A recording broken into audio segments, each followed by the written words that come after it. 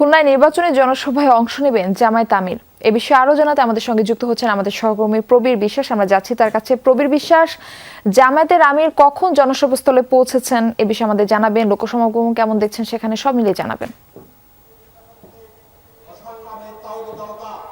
তিনি বেলা ২টার দিকে খুলনায় পৌঁছাইছেন হেলিকপ্টার যোগে এবং তিনি ৩টা নাগাদ আমাদের যে মঞ্চে রয়েছে সেই মঞ্চে তিনি উঠবেন বলে দলের নেতাকর্মীরা বলেছেন এবং তিনি প্রধান অতিথির বক্তব্য দেবেন।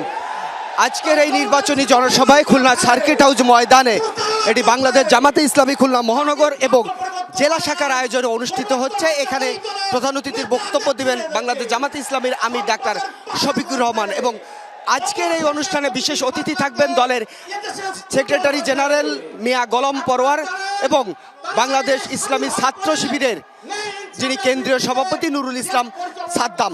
এছাড়া আজকের অনুষ্ঠানে সভাপতিত্ব করবেন খুলনা মহানগর জামাতের আমির অধ্যাপক মাহফুজুর রহমান।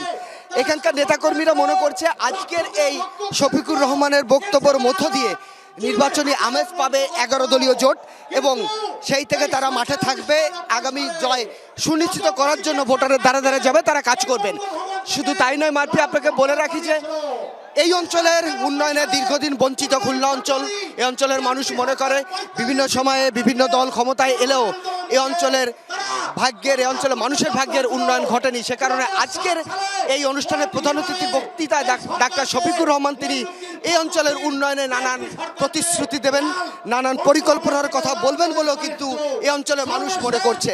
এবং নেতাকর্মী যারা রয়েছে ইতিমধ্যে 11 দলীয় বিভিন্ন দলের নেতাকর্মী তারা এখানে বক্তব্য শুরু করেছেন। এছাড়া বক্তব্য দেবেন খুলনার 6টি সংসদীয় আসনের মধ্যে 5টি জামাতে ইসলামীর প্রার্থী রয়েছেন, একটিতে খেলাফত মজলিসের প্রার্থী রয়েছেন, তারাও এখানে বক্তব্য দেবেন।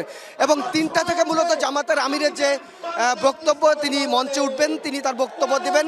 তার বক্তব্যের মধ্য দিয়ে এই অঞ্চলের মানুষ যেভাবে নির্বাচনী আমেজ খুঁজে পাবে 11 দলের পক্ষ থেকে, একইভাবে তার বক্তব্যের মধ্য দিয়ে তিনি এই অঞ্চলের উন্নয়নে নানান প্রতিশ্রুতি দেবেন বলে সকলে প্রত্যাশা করছে। মারফি।